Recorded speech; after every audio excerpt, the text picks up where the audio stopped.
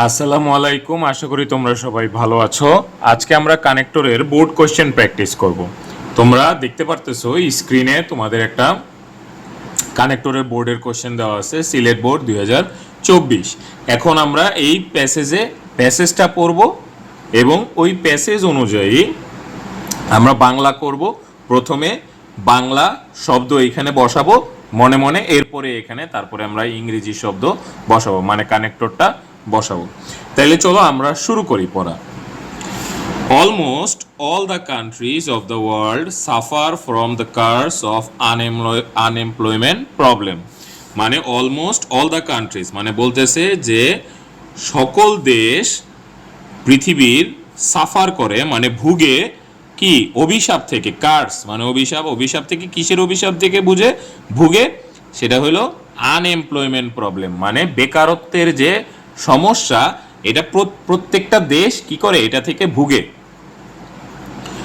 তারপরে দেখো শূন্যস্থান দেওয়া আছে, no war in the world this problem is so acute as in our country. মানে নো ওয়ার কোথাও নাই, ইন দ্য ওয়ার্ল্ড মানে পৃথিবীর কোথাও এই প্রবলেম এত বেশি, মানে আমাদের দেশ ছাড়া আর কোথাও নাই। মানে বলতেছে যে সব দেশেই এই বেকারত্বের প্রবলেম আছে, আমাদের দেশে যত বড়, সো অ্যাকিউট শব্দের অর্থ কি? এই অ্যাকিউট শব্দের অর্থ হলো অনেক বড়, মানে আমাদের দেশে এই প্রবলেমটা যত বড় তত বড় পৃথিবীর কোথাও নাই। তার মানে এই যে দুইটা সেন্টেন্স, এখানে একটা সেন্টেন্স আছে, ঠিক আছে, এরপরে এখানে একটা সেন্টেন্স আছে, এই যে দুইটা সেন্টেন্সের অর্থ, বাংলা অর্থ দেখে আমাকে এখানে শূন্যস্থানে বসাইতে হবে। তাইলে প্রথমে আবারও বলি, সেন্টেন্সটা হইল যে পৃথিবীর সব দেশে বেকারত্বের প্রবলেম আছে, আমাদের দেশে যত বড় আর কোনো দেশে এত বড় বেকারত্বের প্রবলেম নাই। তার মানে বুঝাইতেছে যে সব দেশে আছে, কিন্তু আমাদের দেশে যত বড় তত বড় কোথাও নাই। তাইলে এই যে কিন্তু হইল, এই কিন্তুটা দিয়ে কিন্তু আমি এখানে এই যে বাট বসাইলাম। আমি কিন্তু বারবারই বলছি বাংলা অর্থ বুঝতে হবে, বাংলা অর্থ বুঝতে হবে, বাংলা অর্থ বুঝতে হবে, ঠিক আছে। তাইলে এইখানে দেখো, এখানে একটা পজিটিভ সেন্টেন্স ছিল যে পৃথিবীর সব দেশে আনএমপ্লয়মেন্ট প্রবলেম আছে, আর আমাদের দেশে এটা আবার নেগেটিভে চলে যায়, মানে আমাদের দেশের সাপেক্ষে অন্যান্য দেশে প্রবলেম কম। তার মানে দুটো নেগেটিভ হওয়ার কারণে, একটা পজিটিভ একটা নেগেটিভ হওয়ার কারণে এখানে বাট হয়েছে। এরপরে দেখো, দেয়ার আর মেইনি রিজনস বিহাইন্ড ইট। এই যে মেইন রিজনস, এই কারণগুলা এখানে একটু পরে দেখাবে। তো আমি কি বলছিলাম তোমাদের, যে কারণ দেখাইলে কি করতে হবে, অনেকগুলা কারণ আছে। There are main reasons dash our country is industrially backward. আমাদের ইন্ডাস্ট্রিয়ালি ব্যাকওয়ার্ড, এখানে এটা হলো কি, এটা একটা কারণ। তাহলে আমি বলছিলাম তোমাদেরকে এর আগের ভিডিওতে যে যখন অনেকগুলা কারণ দেখাবে এবং কারণ ব্যাখ্যা দেওয়া শুরু করবে, তাহলে প্রথমটাতে আমরা কি করব, প্রথমটাতে আমরা ফার্স্টলি লিখব, firstly hour country is industrially backward. এটা একটা কারণ, ইন্ডাস্ট্রিয়ালি ব্যাকওয়ার্ড, এটার মানে কি? ইন্ডাস্ট্রিয়ালি মানে হলো শিল্পের দিক থেকে পেছনে, ব্যাকওয়ার্ড মানে পেছনে। তাইলে এটা প্রথম আমার কিন্তু কারণ। এরপরে দেখো পরেরটা কি বলছে, our system of education fails to give a student an independent start of life. Our system, আমাদের সিস্টেম কি করে, এডুকেশন মানে আমাদের শিক্ষা ব্যবস্থা ফেল করছে, মানে শিক্ষা ব্যবস্থা ফেল করছে কিসে, যে আমাদের ছাত্রকে একটা ইন্ডিপেন্ডেন্ট স্টার্ট দিতে মানে কি, মানে আমাদের ছাত্ররা যে বের হয়ে নিজে কিছু করবে, ইন্ডিপেন্ডেন্ট মানে নিজের পায়ে নিজে দাঁড়াবে, সেইটা আমাদের শিক্ষার জন্য হয়ে ওঠে না। তাহলে এটা কিন্তু আরেকটা কারণ। তাহলে এটা আরেকটা কারণ হলো এখানে ফার্স্টলি। সেকেন্ড কারণ আমি বলছিলাম অলওয়েজ আমাদের সেকেন্ডলি। খেয়াল করো প্রত্যেকটা কিন্তু বড় হাতের, এটা একটা বড় হাতের, এটা বড় হাতের, এটা রেখে ফুল স্টপ, এটা রেখে ফুল স্টপ, এটাও বড় হাতের। তাহলে আমাদের কিন্তু তিনটা খুব ইজিলি হয়ে গেল, ঠিক আছে। এর পরেরটা একটু কঠিন আছে, it has a little provision for vocational training. মানে বলতেছে এটার খুব অল্প সুযোগ আছে, প্রভিশন মানে কি, সুযোগ আছে, মানে কারিগরি বিদ্যা মানে কারিগরি শিক্ষা, কারিগরি ট্রেনিং, ভোকেশনাল মানে কারিগরি, মানে আমাদের শিক্ষা ব্যবস্থায় কারিগরি ট্রেনিং আসলে খুব অল্প। একটু পর্যন্ত আশা করি তোমরা বুঝছো। এখন দেখো পরের সেন্টেন্সটা, তাহলে এই সেন্টেন্সটা বলতেছে যে আমাদের দেশে কারিগরি শিক্ষাটা অনেক কম। এরপরে বলতেছে our students and youths have a false sense of dignity. তাইলে এখানে বলতেছে এখানে একটা কারণ আছে, এরপরে অনেকে মনে করবে এইখানে আরেকটা কারণ, আমরা এইখানে লাস্ট কারণ এর, কিন্তু আমি বলছিলাম যে এই সেকেন্ডলি হওয়ার পরে এরপরে যখন একটা দিক বলবো তাইলে হয় ফাইনালি হবে অথবা এখানে আরেকটা জিনিস হবে। দেখো এর পরেরটা কি বলছে, our students and youths have a false sense of dignity, মানে আমাদের ছাত্ররা এবং আমাদের যুবক সমাজ, ইউথ মানে যুবক সমাজ, কি আছে যুবক সমাজের একটা ফলস সেন্স অফ ডিগনিটি, মানে ফলস সেন্স অফ ডিগনিটি মানে আমাদের ভুল ধারণা সম্মানের, মানে সম্মানের একটা ভুল ধারণা আছে আমাদের যুবক সমাজের উপর, যে আমরা শুধু চাকরি করতে হবে, এইটা একটা ভুল ধারণা আছে। তাইলে এইখানে এই যে এত কিছু এখানে বললো, এটার একটা কি পরবর্তীতে ফাইনালি আমরা এখানে দেওয়া যায়, অথবা এখানে সবচেয়ে ভালো হয় আমরা যদি মোর ওভার দেই। এখানে বিসাইডস দেওয়া যাবে না, অনেকে বলতে পারে যে বিসাইডস আর মোর ওভার একই, কিন্তু এই জায়গাটা একটু ব্যতিক্রম, এর জন্যই বললাম একটু কঠিন আছে।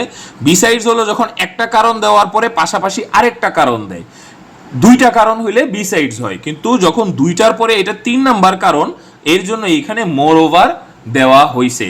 আশা করি তোমরা এটা বুঝতে পারছো মোর ওভারটা কেন দেওয়া হয়েছে, মানে আবারও স্টুডেন্টদের কি আমাদের একটা ফলস ডিগনিটি আছে, দে রান আফটার জবস, মানে চাকরির পিছনে ছুটে। কেন তারা চাকরির পিছনে ছুটে, কারণ এই যে তার এইখানে দেখো এইটার ফলে একটা এখানে বুঝাইতেছে কি যে আমাদের স্টুডেন্টরা কি একটা সম্মানের ভুল ধারণা আছে, এর জন্য তারা চাকরির পেছনে ছুটে, দ্যাটস ওয়াই, এর জন্য বা সেই জন্য। ঠিক আছে, আমি বলছিলাম যে সেই জন্য এরকম হইলে that's why they run after jobs only. তাহলে আশা করি তোমরা এই যে এখানে 5টা কানেক্টর দেওয়া আছে, এই 5টা কানেক্টর তোমরা কিন্তু মানে এই অর্থ মিলে এইভাবেই তোমাদের প্র্যাকটিস করতে হবে। প্রথমে পারবা না, তারপরে আস্তে আস্তে পারতে থাকবা। কিন্তু আমি আবারও বলি, একটা সেন্টেন্সের সাথে আরেকটা সেন্টেন্স যদি অর্থ এখানে 1 2 3 5টার ভিতরে মোরওভার বাদে বাকি সবগুলোই কিন্তু তোমাদের পারার কথা, কারণ এই জিনিসগুলো কিন্তু আমি এর আগের ভিডিওতে প্র্যাকটিস করাইছি। আচ্ছা, এরপরে দেখো আমরা নেক্সট বোর্ডের কোশ্চেনে যাব। এখন দেখো এখানে রাজশাহী বোর্ড 2020-এর প্রশ্নটা তোমাদের স্ক্রিনে আছে। এখন আমরা এটা সলভ করব। আবারও বলি, এই সলভ করতে গেলে আমরা অর্থ পড়ে পড়ে বুঝে বুঝে সলভ করতে হবে। সলভ করতে করতে আমরা আস্তে আস্তে পারবো, প্রথমে না পারলেও এরপরে সলভ করতে করতে পারবো।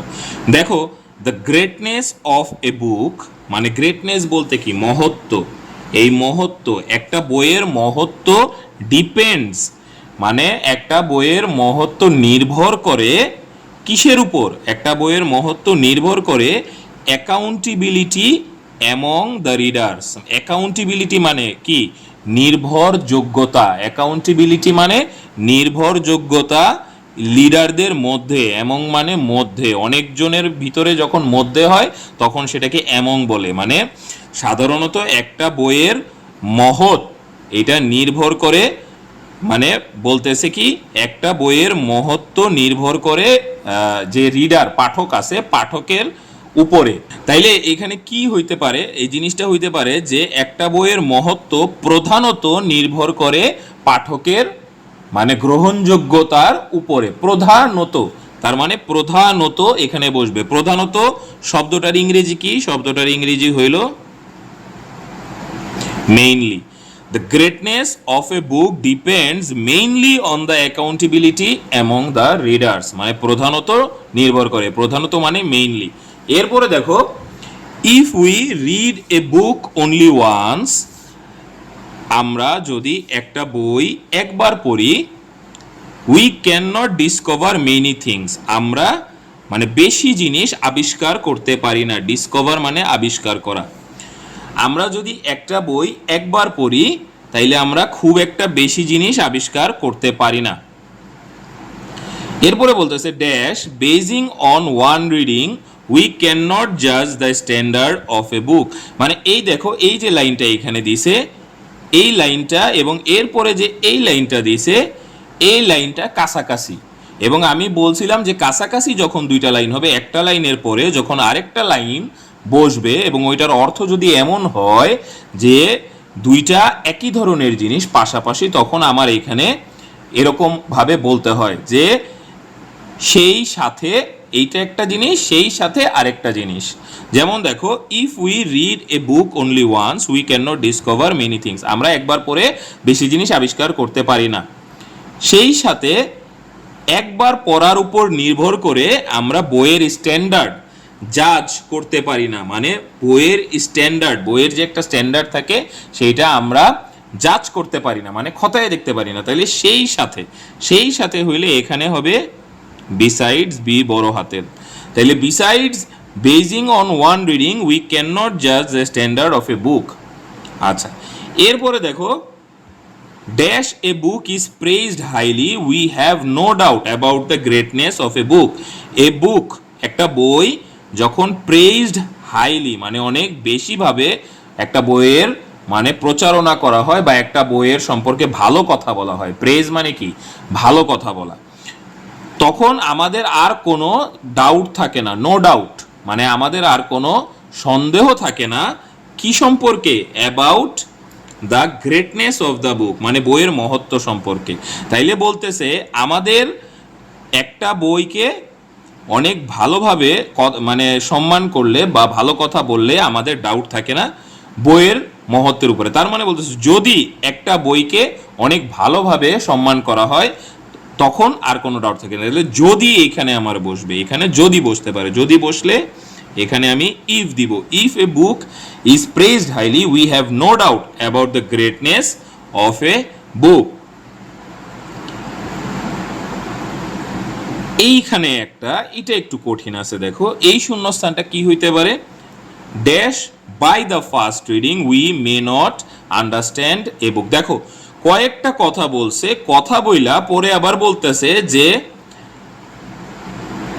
বাই দ্য ফার্স্ট রিডিং প্রথম মানে পড়াতে আমরা একটা বই নাও বুঝতে পারি, উই মে নট আন্ডারস্ট্যান্ড নাও বুঝতে পারি একটা বই। তাইলে দেখো এখানে প্রথমে বলতেছে ওয়ান রিডিং, এটা মানে ওয়ান রিডিং আমি বুঝতে পারি না, পরে আবার বলতেছে যে যদি কেউ ভালো বলে তাইলে ভালো হইতে পারে, এরপরে তখন আবার বলতেছে যে ওয়ান রিডিং এ আমরা নাও বুঝতে পারি।